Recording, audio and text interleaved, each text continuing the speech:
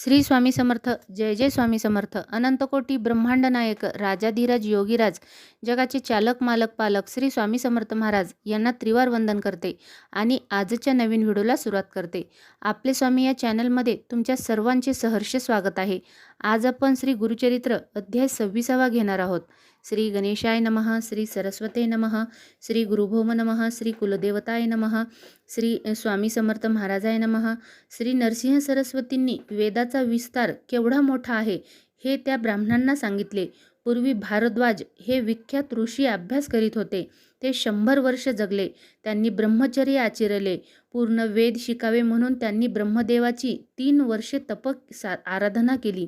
त्यावेळी त्यांना अल्पसह वेदज्ञान झाले. मग त्यांनी पुन्हा तप केले. तेव्हा ब्रह्मदेव प्रसन्न झाले व म्हणाले, तुला काय हवे ते माग. तेव्हा भारद्वाज म्हणाला, मला तुझ्या कृपेने संपूर्ण वेदाचे अध्ययन करायचे आहे. तेव्हा ब्रह्मदेव म्हणाले, वेदांना मोजमाप नाही. मलाही वेद अगम्य आहेत. ब्रह्मदेवाने ऋषींना 3 वेद दाखवले. ते पर्वतासारखे दिसले व कोट्यावधी सूर्यासारखा त्यांना प्रकाश होता.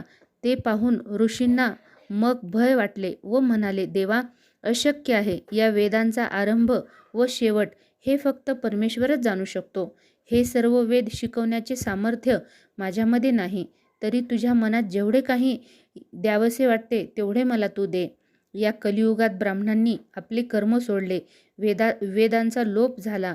ते पृथ्वीवरून गुप्त झाले. कर्मभ्रष्ट होऊन ब्राह्मण यवनापुढे वेद पठण करू लागले. त्यामुळेच त्यांचे सत्व जाऊन ते मतीचे झाले. वेदामुळे ब्राह्मणांना लोक देव मानित असत. वेदामुळे त्यांना स्थैर्य मिळाले होते. विष्णू स्वतःच ब्राह्मणाची पूजा करीत असे व वेदांच्या सत्वामुळे ब्राह्मणांना ते आपले दैवत मानित असे. पण ते वेदमार्ग सोडून दुसऱ्याच मार्गावर जात आहेत. त्यामुळे त्यांचे सत्व नष्ट झाले. ते हलक्या कर्मभ्रष्ट लोकांची सेवा करू लागले. तुम्ही स्वतः चतुर्वेदी म्हणविता, लोकात चर्चा व वादविवाद करता. त्या वेदांचे अनंत भेद आहेत. ते तुम्हाला माहीत नाहीत. असे वागण्यात तुमचे हित नाही.